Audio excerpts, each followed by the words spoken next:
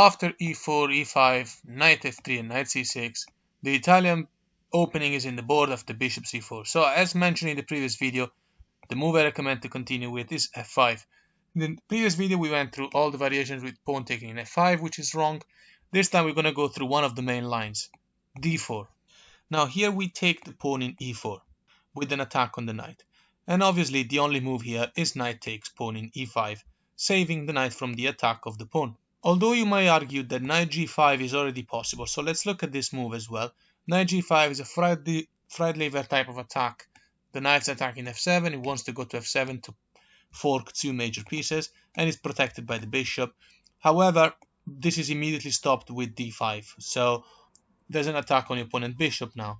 Two main moves we're going to look at, and then we're going to skip this line because this line is objectively wrong, right? This is just like the fried lever in general. But anyway, bishop to b5, let's start, or bishop to b3. Let's start from bishop to b5. Here now we take also the pawn in d4. We've got 3 pawns in the center.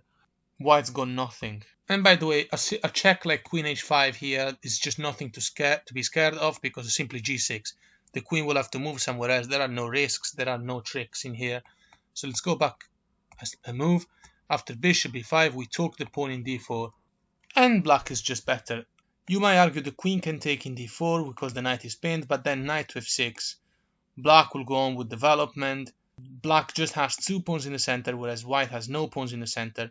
And white hasn't even been able to take black players right a castle away or something like that. Nothing. The position is evaluated already like -2 or something like that. If white continues with the most aggressive line, either way, c3 for example, then simply knight to f6. We don't need to get too greedy. And after pawn takes in d4, to try and get some center at least with the pawn, simply h6 attacking the knight. The knight will have to move away to h3, only square, and now bishop to d6. And there's absolutely no reason for white to play like that. The white player can't castle anywhere safely. If it were to castle short, you'd have ideas of taking this knight. The queen is still on the board, so you're going to open the king side and create a lot of damage. So that's a very silly move that didn't go anywhere. So let's start from the beginning and let's explain this line once again by looking at a different move this time. So bishop c4 and now f5. After d4 main move and pawn takes in e4, don't be scared of knight g5 because you can play d5. What happens after bishop to b3? Staying on this strong diagonal. What happens next? Nothing changes. Well, slightly different here, but still winning for black. Black takes in d4 with an attack on the bishop. The knight is protected. And now there's nothing. You're going to take this bishop. You're going to swap the knight for the bishop. And look at this amazing black center. Black is not very far from castling. Knight f6. You can play bishop c5 or bishop b4, depending on how the game goes, and then just castle safely. A move like h6 is always valid in such positions. If white plays knight to f7 now with an attack on the rook and the queen, don't worry, you can take in f7, and after queen h5 check, there's nothing. You play g6 with an attack on the queen, queen a5 with an attack on the rook is not going anywhere. But you have to be careful because you might be tempted by developing with the bishop and an attack on the queen whilst also defending the knight in d4. The problem is that now here you're giving white the possibility to play a move like bishop to d5 with a really strong and scary attack. You don't want to get into that. So what's the move here? You simply play knight takes to b3. And now you don't have to worry about the strong bishop attacking this diagonal. So if white were to take you back, simply play bishop to g7 and you're winning. You're going to play knight f6 and put the rook in e8 afterwards, or f8, depending on how you please, on how you want. And the center belongs to black, and also your up pawn. In this position, after taking the bishop in b3, white doesn't have to take it back. And of course, you might argue that the queen will do exactly what we thought, taking the rook. But now black takes the rook in a1, and black is up a piece. The white player has got nothing. The black knight is not trapped. Black is up a lot of material, and there's no counterplay here, so don't worry about your knight getting trapped. Queen takes in h7, simply bishop blocks, develop the bishop, and after knight to a3, stopping the black knight from being able to reach the square at c2, bishop to f5, going on with development. And after bishop to f4, white is one step away from castling. Black continues with knight f6, targeting the queen. The queen moves away, and now d4. And after castling, there's an attack on the knight, but now black plays knight to d5, trading queens, or at least trying to trade queens, and after queen to g3, keeping the piece on the board. Still, knight takes, and after queen takes back, black's best move is to take the pawn in c2. So yes, we are giving up that knight. However, we're still a piece up after the knight takes. Queen to d6 is the best move to continue. We have an idea of playing rook to h8 and force a trade of queens as soon as possible. Black is a piece and a pawn up. So let's start from the beginning and let's look at the other lines. Knight f3, knight c6, bishop c4, f5. And in this video we're going through the main move d4. Okay, we take in e4. Let's briefly mention what happens after this typical move, bishop takes in g8. The idea behind this move obviously is that if we take back, then the knight can take back in e5, threatening this attack, queen h5, making a fork, attacking the king and this pawn, infiltrating the queen, winning material for white and messing up our king side.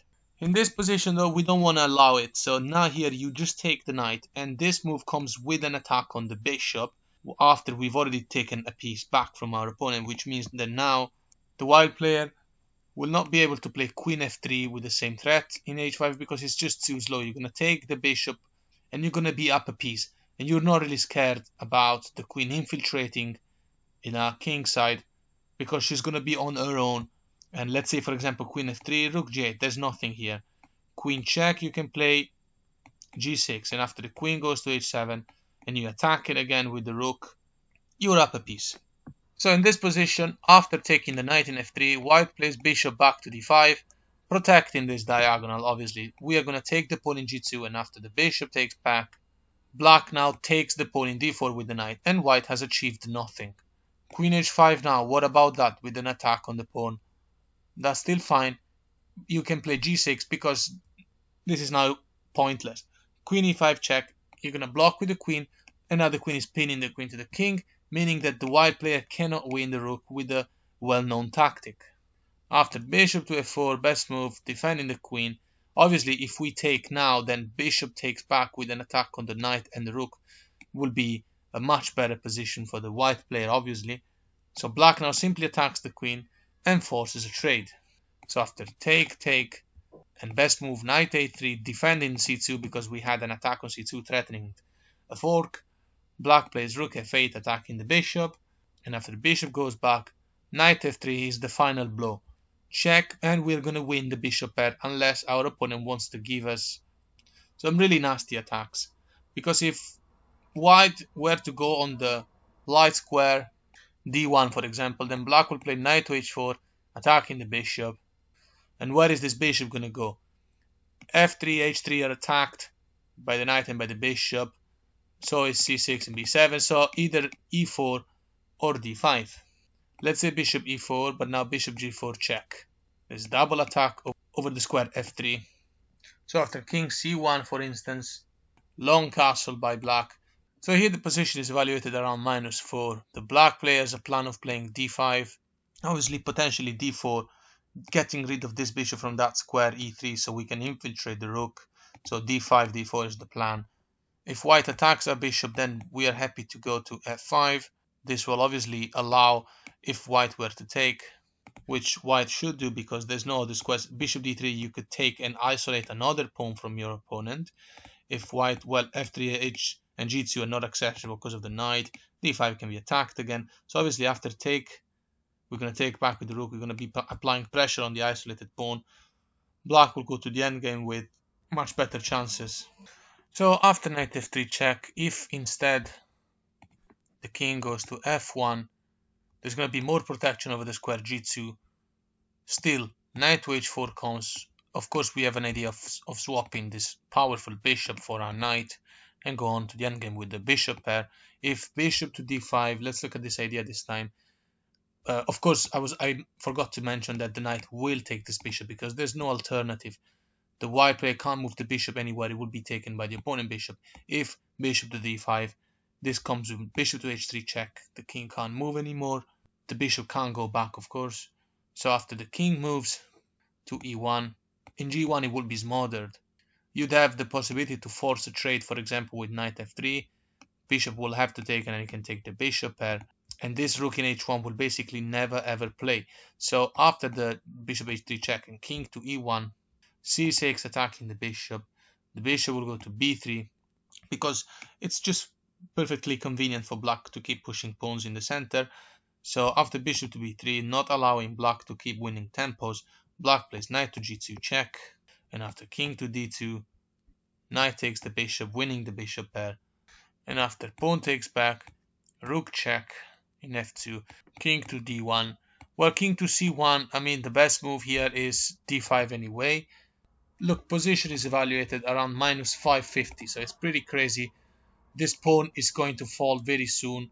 Black king is safe. The white bishop and the white knight are basically unable to play this game. This rook is not going to move anytime soon, and this rook in h1 is kind of useless.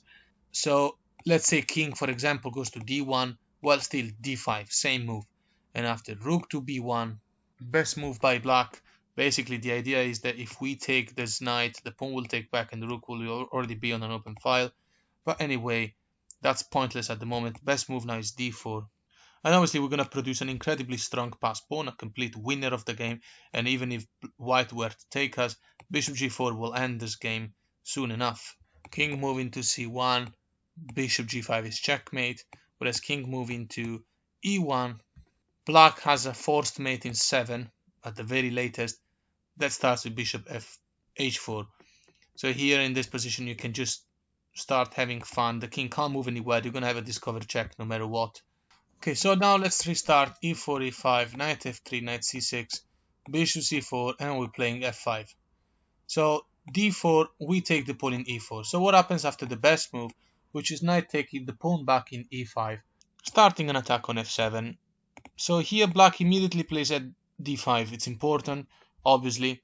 And let's look at 3 possible moves. So one of them is simply bishop retreating to b3, or queen h5 check, or knight taking the knight. Okay, so let's start with queen h5 check, because everyone is probably wondering, this move now looks really strong. But actually got nothing to worry. Play g6.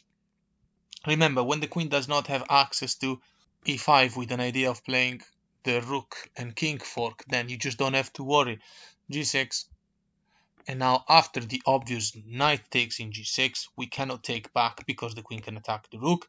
And we all know that. We've all seen this so many times when we used to be beginners. However, knight to f6 with an attack on the queen, queen to h4, still keeping the pin and saving the queen. How to continue now? Knight takes pawn in d4 with an attack on c2. And now 2 moves we're going to look at. One of them is bishop b3, kind of stopping this for the moment.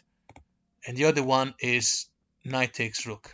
So if bishop goes back to b3, because let's remember that the white bishop is under attack of the pawn, right? It was hanging. Knight to f5 now already puts black in the winning position. It's attacking the queen. The queen will have to move. Queen to h3, and black wins the game with knight to e7. There's an attack on the queen, there's an attack on this knight, there's an attack also on this knight with the pawn. The queen will have to move, but then we are winning a clean knight with no compensation whatsoever. And after knight to f5, in this position, we're attacking the queen. What if the queen goes to g5, threatening to take the pawn back in g6, but there's nothing.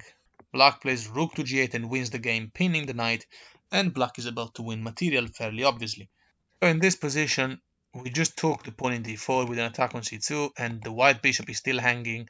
Earlier, we just went through bishop back to b3 and everything that happens next. What happens if instead white leaves the bishop in c4 and goes on to take our rook? Okay, then knight c2 check, and king e2 has to be played, because king to d1 allows it to take the bishop with check by the queen. The queen can't go anywhere basically except e2 and taking the knight. Either way, let's say taking the knight, well, queen d3 is checkmate, and e2 would have given the same result. And in this position, after knight c2 check, what happens after king to e2?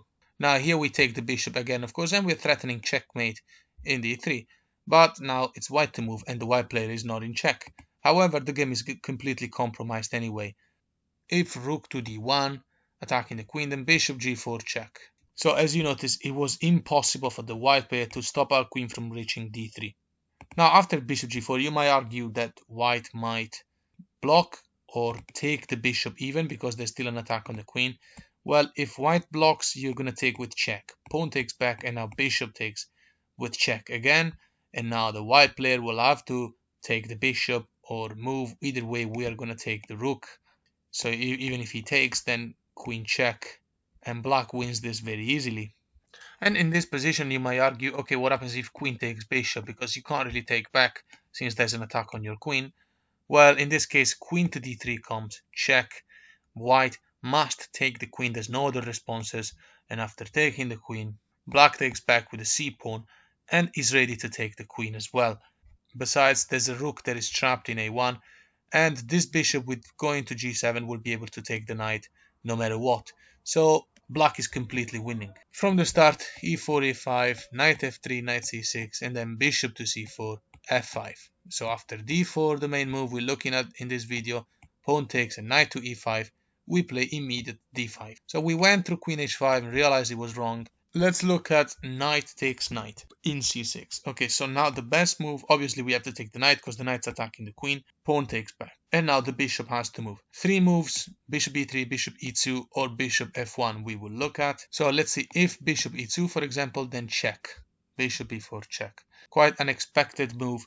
And now we're going to look at knight developing to c3. Let's look at c3 because this is actually not a good move. Remember, the strength of the black player in this game consists of having a pawn in e4, attacking two crucial squares, d3 and f3. Attacking d3 prevents the white bishop from going to d3 and ever be a threat to our king side.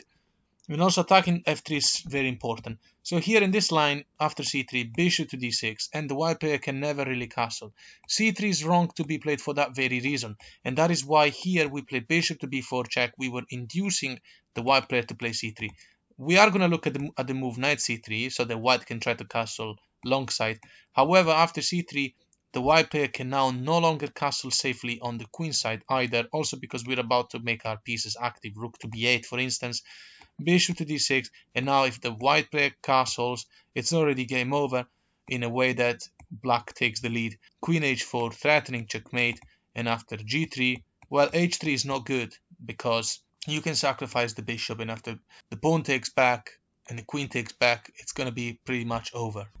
So after g3, queen to h3 now, and nothing really saves the setup of the white player. The game is compromised because now there's going to be a lot of pressure over the square f2, and this pawn can never really push in peace because you're always going to have the possibility to sacrifice bishop g3, pawn takes back, queen takes back, and then you bring the other pieces for a checkmate. So after rook e1, the idea of attacking the queen, play bishop to f1 and then put it in fianchetto, this just doesn't help. You go on with development, knight to f6, and after bishop to f1, attacking the queen, queen to f5, already putting pressure on this very weak square. And now bishop to g2 seems to be holding things together for white, but then castle, and after bishop to e3, protecting f2 and also developing. Black continues with h4, and inevitably there's going to be ideas like g5, also h4. You're just going to get rid of these pawns by swapping them, and you have two bishops that looks like knives, queen and rook on the same file. It's going to be amazing.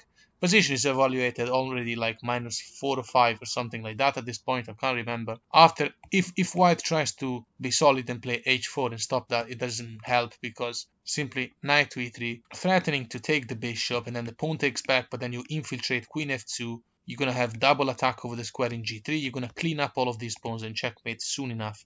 If queen to d2, defending that and try to bring the queen closer to the defense of the king. The final blow is g5. Boom. Because basically you're threatening to take this pawn. So if bishop h3, pinning the knight, the best move is to take the pawn. And then you're just opening up everything, right? Game is completely over at this point. And in this position, if white, let's say, takes pawn in g5 with the bishop and keeps these pawns united for the moment, the final blow is knight to f2. Of course, you're going to be capturing in g3 soon enough, so rook to f1 is met by bishop takes in g3. You also have ideas of bishop a6 soon enough, so let's move on to the other line. Right, let's make another recap. e4, e5, knight f3, knight c6, bishop c4, and then f5. d4, okay, take the pawn with an attack on the knight, knight takes back, and now d5. We're looking at the line where the knight takes. Okay, we take back, and now bishop e2. Okay, bishop e4 check. Remember, we are provoking c3. so that white will have nowhere safe the castle. If white goes on with knight to c3, let's very briefly see what happens after bishop d2. This is a positional mistake, because now black plays rook to b8, defending the bishop, preparing to potentially take in b2, or simply create a weakness on the queen side if white were to play b3. So for example, bishop takes, rook takes, you have an attack on b2, and now obviously the white player will be induced to play a defensive move or play b3. b3 is a slow move and it allows black to play queen to g5, creating more holes into the opponent's pawn structure. So castling is now not possible because of bishop h3, obviously winning material. g3 now is another move that is being provoked, creating more holes, and this is just good for black, especially after bishop h3 happens. The white player is just never going to be able to keep developing. Even there's nothing, and it's not like black is completely winning. You're going to have to continue the game, of course, but the queens are still on the board and white king will never be safe. So in this position we just played rook to b8, right? What happens if instead the white player simply attacks our bishop? We retreat to d6 and white has achieved nothing. But look, remember this pawn structure, make this the most instructive moment that we possibly can. Remember earlier in this position we play bishop to b4 check. We're provoking c3. Why? Because then the white player will have nowhere safe to castle, you just go back to d6. You might provoke bishop to d2, in which case you just go back to d6. Once again, what you have provoked here is that you have removed from the white player the possibility to play knight to d2 and then knight b3, knight c5, which could have been a potential idea for white, or knight to d2, f1, g3. That could have been another idea, because the knight will have nowhere safe to go. Okay, white still has the possibility to play knight to c3 anyway. Now here the game goes on with the white player having the queen obstructed by the bishop, so the bishop will have to move again for the queen to develop, then the knight to develop, and then castle alongside. But anyway, we have a rook already on an open file, which is why we played that rook b8 move. So white is wasting a lot of tempos, and the center belongs to black, obviously. So here we are back in this position after bishop b4 check. What happens after knight to c3? Black continues with knight e7. Of course, since white has a backward pawn in d4, we might target it later on with knight f5, but let's see how the game goes. White castles, and now knight to f5, and after a3 attacking the bishop goes back to d6. We still have these very well placed pieces, right? The queen, the bishops, and soon enough we're going to castle. Two moves we're going to look at now to see how we're going to be taking this. f3 is a move you might be wondering why it didn't really happen that much so far. Well, I've mentioned why in the previous examples. In this example, you might wonder f3 with the idea of putting double attack on e4 and also removing this incredible strong e4 black pawn. Well, in this case, black plays queen h4. You're already allowed to do this because you're going for the pawn h2 square, and g3 is simply not possible. As mentioned in the previous examples, bishop g3. In this case, knight takes g3 is the best move.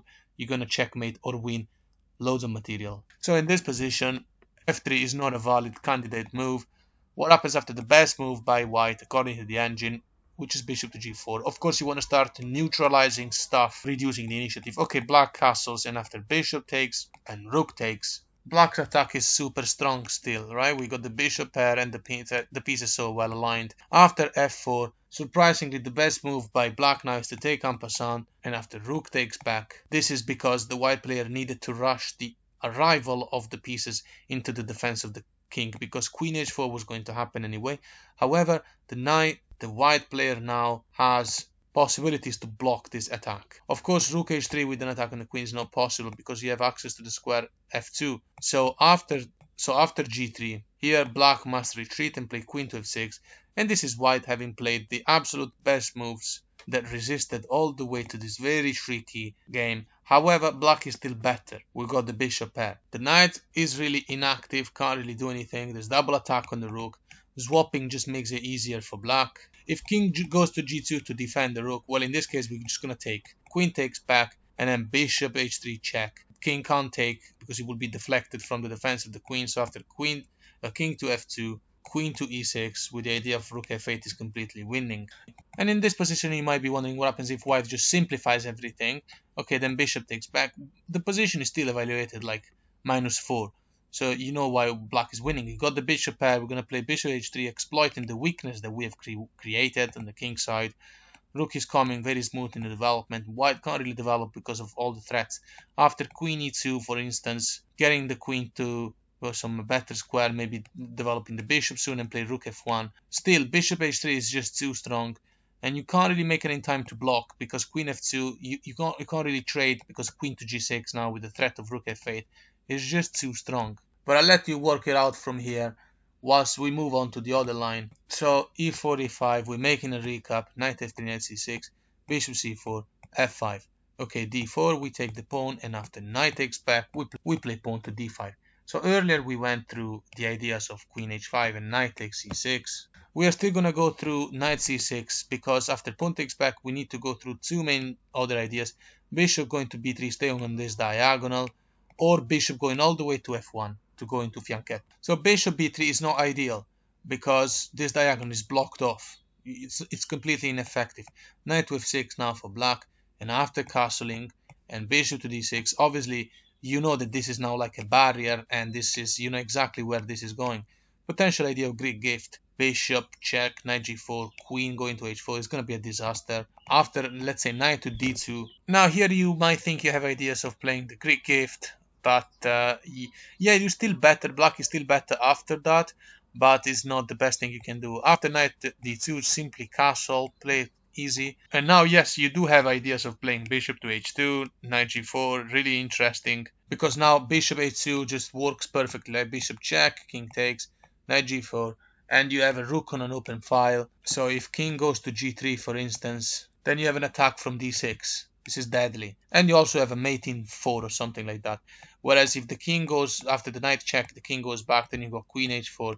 This is also a deadly move. You've got the support of the rook as well. So in this position, you might wonder what happens if f3 comes now. We don't have access to h4, making the usual threat. And the white player might be able to place a knight in f3 and play a completely normal game. How to deal with that? e3. Crucial move. And it looks suspicious because after the knight moves, the pawn will be attacked. So after knight to b1, black continues with bishop to a6, threatening material. Rook to e1, there's now double attack over the pawn in e3. And now the final blow, knight to g4. This is an incredible move, because after the pawn takes the knight, queen goes to h4, threatening to go to h2 with a checkmate. And there's nothing here that can be done to stop that, because you can just sacrifice the bishop, the queen, and the arrival of the rook. A very easy entry of the rook and the bishop. It's going to be a very easy checkmate. And after the knight reaches the square, so after the knight has reached the square g4, it cannot be taken, obviously. But even if bishop takes pawn in e3 now, you just play bishop h2 check. King can't take the knight. Can't also move to f1 because of our bishop. So after king to h1, queen h4, and it's checkmate very soon. So in this position, we went through bishop b3 and bishop e2. What happens after bishop to f1? Black plays queen to f6, developing the queen. After g3, obviously the white player will have to place the bishop somewhere and then castle. Remember, this is probably the silliest variation, but you have to see it because you gotta understand the ideas. Black plays knight to h6, and after bishop g2, bishop to g4, attacking the queen. Queen to d2, and now bishop to d6. So very similar patterns. After castle, we have a much better f-file than our opponent. Yeah, it's crazy. This is to the point of black already being evaluated -4. You really wonder why, but to be honest, it's all the patterns that we've learned today. You realize that when black has a pawn in e4 attacking these squares, it just becomes a monster. And the fact that black still has the bishop pair also indicates the white player will always be in trouble in the king side. Here, the black player is putting pressure on d4, so if white tries to swap things and try to simplify in order to avoid all of these threats, you just take the pawn in d4. There's no compensation. You just go up a pawn. It's a central pawn and it's crucial. Feel free to swap stuff afterwards. You have a much better center. If that doesn't happen, and let's say the white player plays c3 first to safeguard the center, and then maybe idea of playing g5, queen g5, then rook a to e8, you are completely winning. And if queen to g5, looking for a swap now, queen to f7 is the great move. White cannot move anything.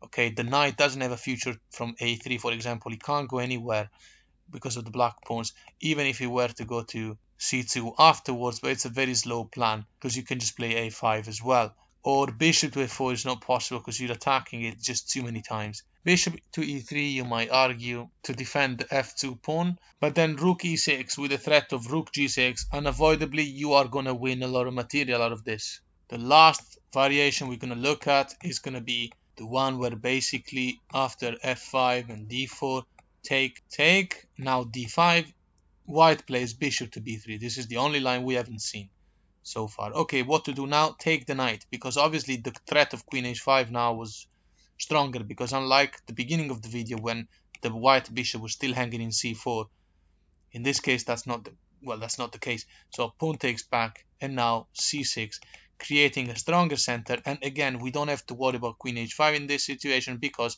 the white queen has no access to e5, therefore cannot check us and win our rook. So let's make an example just for peace of mind. g6 comes after check, queen to g5. Here you just swap, and after take back, h6, the bishop will have to move, let's say bishop to e3, then bishop to g7, and after bishop to d4, only way to possibly defend that pawn. Black plays b6, with the threat of playing also c5, d4, and then eventually win the pawn in e5. After castling, however, the best move is knight to e7, and after c4 by white, trying to make this bishop useful, maybe try to go to another square, or simply strike in the center.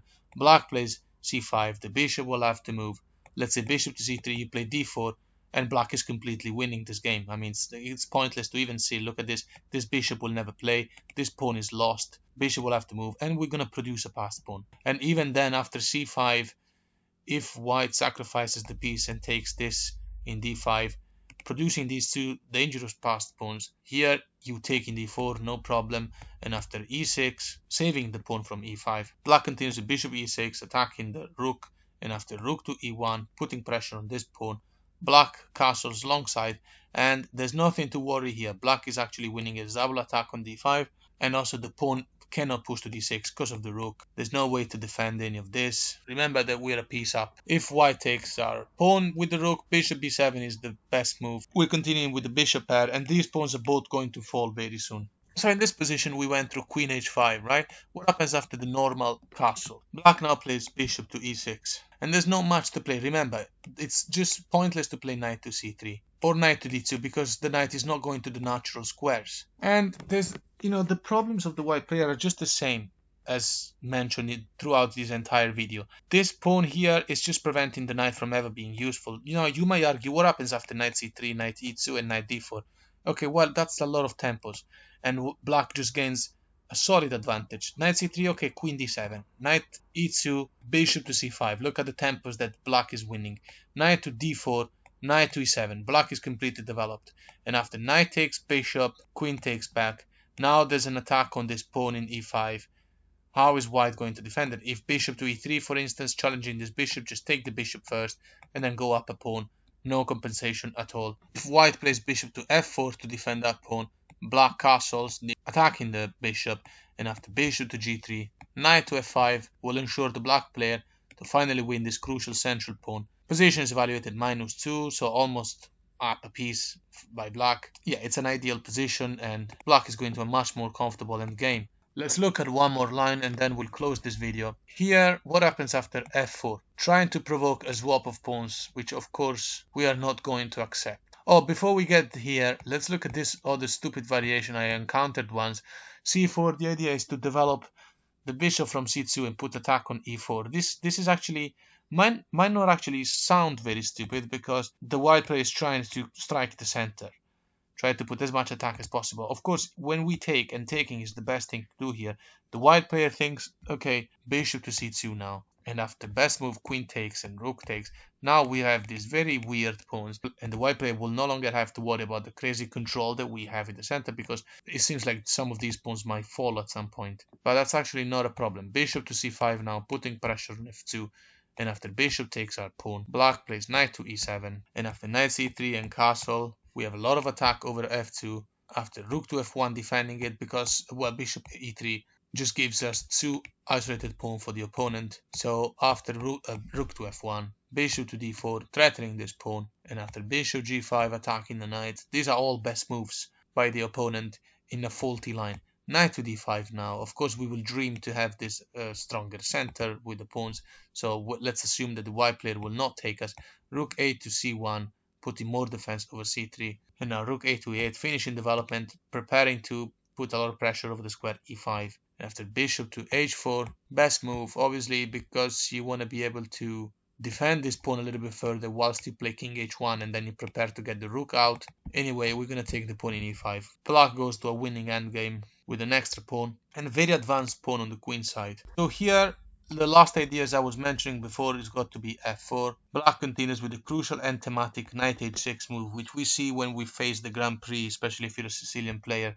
Obviously, you gotta stop the f5 pawn from coming. Knight f5 will be sitting gloriously. So after c3, bishop c5 check, king to h1, queen to h4 now. This is getting really dangerous. Knight to g4 is really strong. After g3, for instance, attacking the queen. Queen to h3, and now there's no defense from bishop g4. Too strong a move. Remember, we're playing this entire variation using this incredible e4 pawn. Now, at the end of this video, you will have so much understanding of how important it is to have a pawn in e4 in this specific variation. When you play the Rousseau Gambit, nothing helps here. Even queen e2, preparing the queen to come closer to the king. Bishop g4 attacking the queen. And if the queen here goes to e1, bishop f3 wins because it forces a sacrifice of the rook. Take back, we have an attack on g2. You also have the possibility to come with the knight, so you got a lot of stuff happening. White is literally not using any of his pieces. And even then, after bishop g4, if white plays queen to g2, the best move is queen h5, although bishop f3 is just winning. The king can't move at all. Let's say, for instance, h4 now, because you are threatening bishop h3, right? h4, you just play bishop f3. You're winning a lot of material.